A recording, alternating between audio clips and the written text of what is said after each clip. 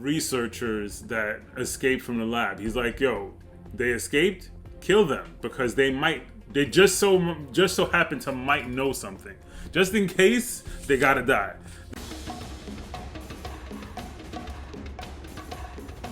What's up, guys? It's your boy Gabe the Champ. We are back. It's been a minute. I'm excited.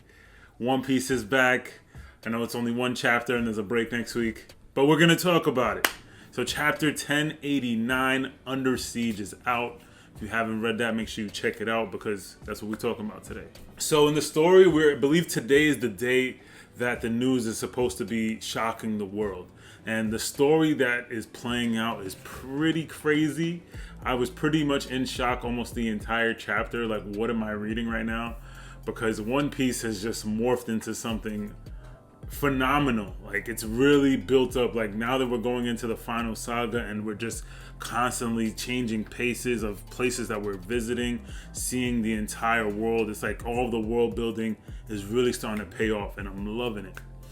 So we start off the chapter with we're getting reactions from Fuchsia Village with some of the news about your boy Garp, about Luffy taking Egghead. We don't get the full reveal of the stories just yet, but we kind of are just seeing what the headlines are. So we have an idea that pretty much everyone is kind of either concerned about what's going on with Garp, or, well, in Fuchsia Village, they're also concerned about Luffy. But for the most part, they know that these guys can handle themselves. But the world at large is looking at things on a completely different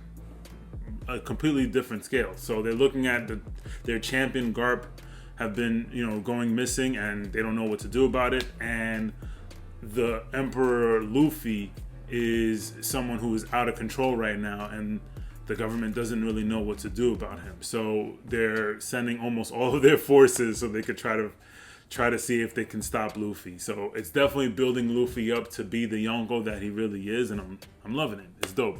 So then we get to see that as we're showing the rest of the world, we're getting to see this earthquake that's pretty much encompassing the entire planet, which is something that they say has never happened in recorded history. But we do know that there's some history that has not been recorded, or I should say has been erased. So we don't know if it's a possibility that something of this scale has happened during the Void Century. And I'm willing to bet you any money that it most likely did happen during the Void Century. They definitely had some type of island destroying technology, which is the ancient weapons that they talk about, and it's most likely potentially having an effect on the planet. But it was kind of crazy with this earthquake, and then showing the hole that's not collapsing in where Lulusia used to be, which is crazy too, because if the island was there that's destroyed, all of the water should be rushing to fill that hole.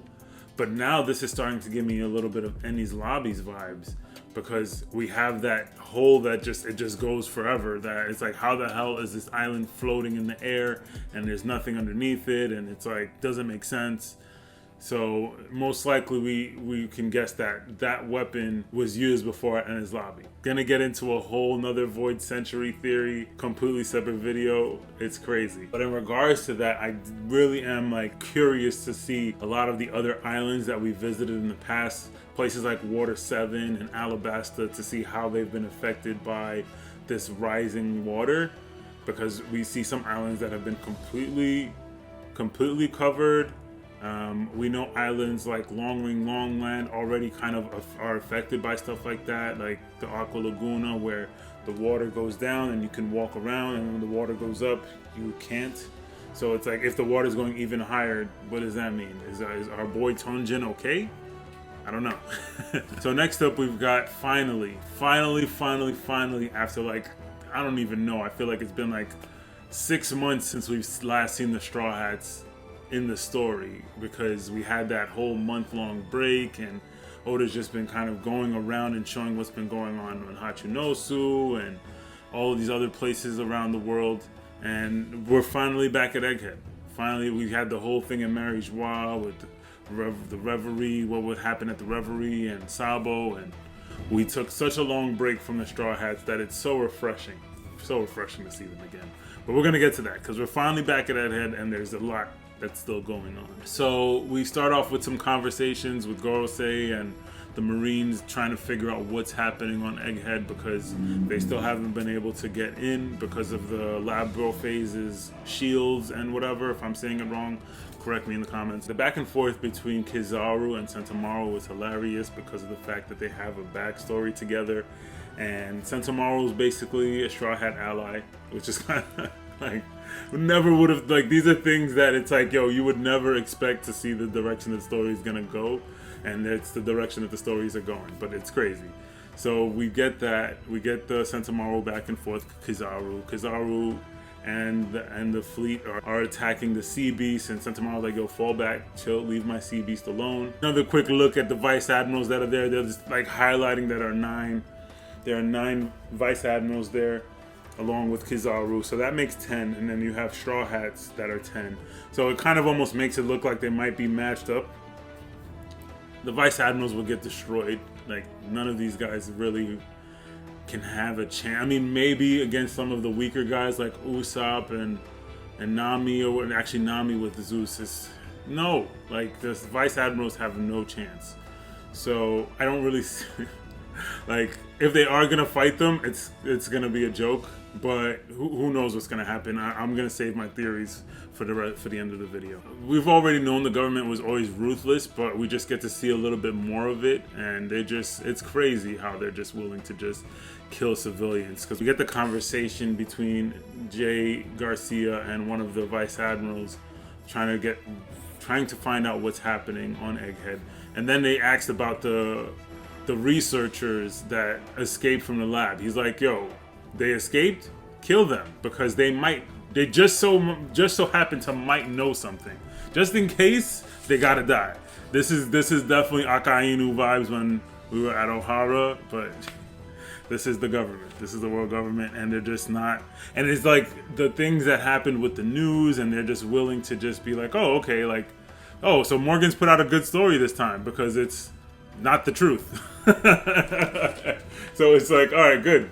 He did a good job. He played his part. Like, and then we get to the part where they're talking about Jewelry Bonnie, and it pretty much almost confirms my theory. I mentioned it in one of my chapter reviews back when she first came back into the story, that it's a possibility that I think that she's a child, like she's a kid, and that she just ages herself up to be the age that she looks like regularly, and then she can age up even more to be a granny. So I kind of was guessing this because of what happened when she got revealed in the Warm Eddy to be a kid. So I was like, if she fell in the water and she's a devil fruit user, typically that means sometimes like your abilities stop working. So it's possible that her devil fruit ability stopped and she's really a kid.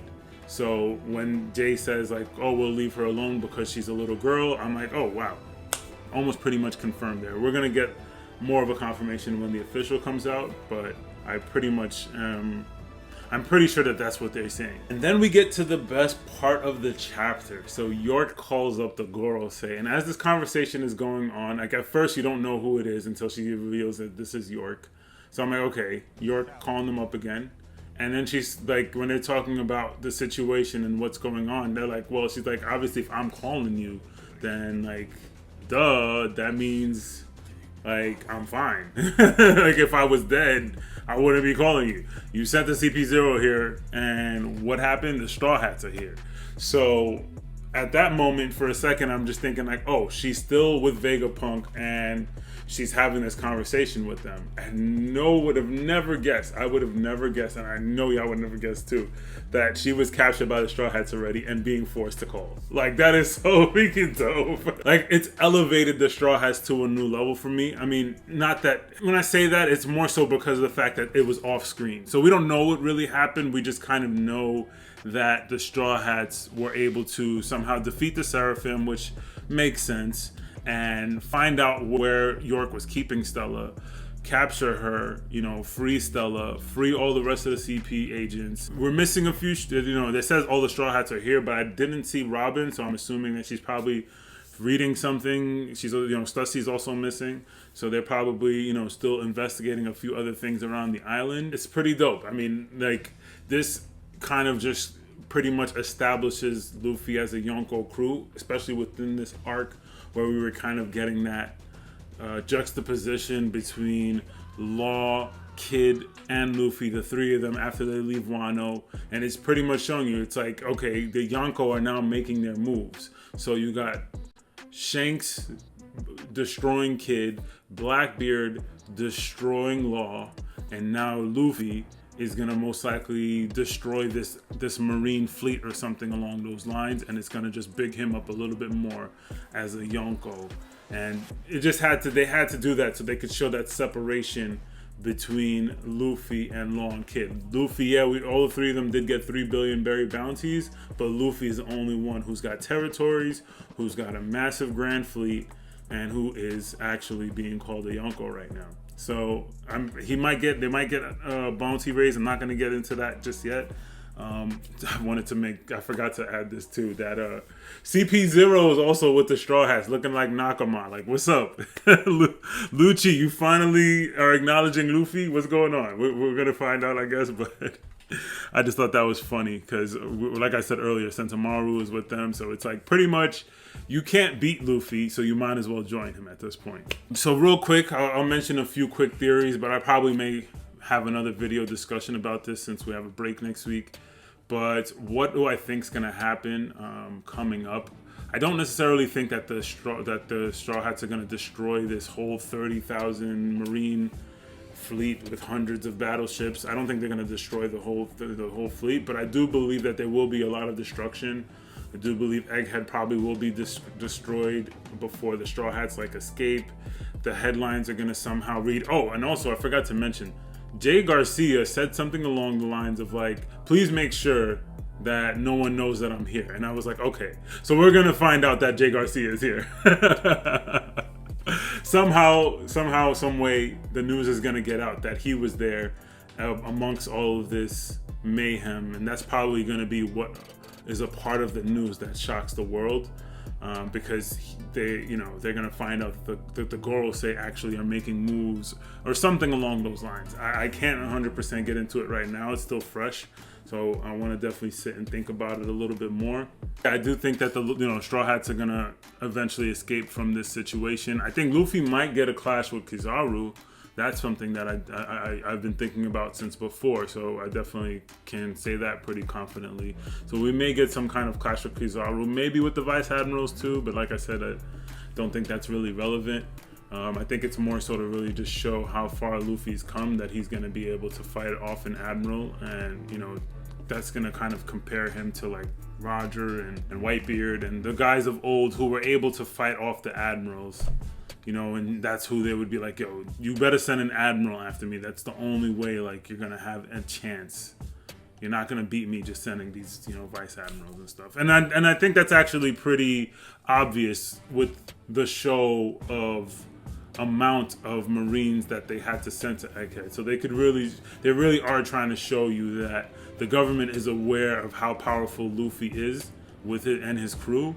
So they're giving him the respect that he deserves by sending an Admiral after him. But yeah, guys, definitely don't want to keep this too long. Like I said, I probably may talk about this again in another video and get into more theories. So definitely let me know what you guys think. Don't forget to hit that like and subscribe button. Appreciate you guys for checking in. I know it's been a while since I've dropped some reviews, but definitely hit that like and subscribe button. We got a lot more content coming through. It's your boy Gabe D Champ. Peace.